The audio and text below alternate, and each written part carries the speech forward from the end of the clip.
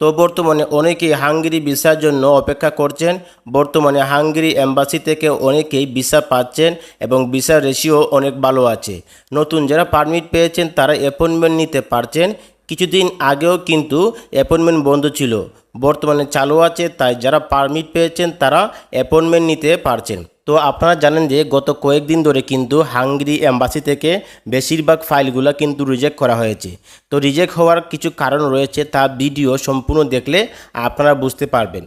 তো এখন আসি এম্বাসিতে ফাইল জমা দেওয়ার কতদিন পরে ভিসা হয়। দেখেন, আপনি যখন পারমিট পাবেন, পাওয়ার পরে যখন অ্যাপয়েন্টমেন্ট নিয়ে ফাইল জমা করবেন, জমা করার পরে তারা আপনার ফাইল যাচাই বাছাই করে যদি দেখে যে আপনার সকল ডকুমেন্ট সঠিক আছে তাহলে ভিসা পাবেন। আর ভিসা পেতে আপনার সময় লাগবে 45 থেকে 90 দিন।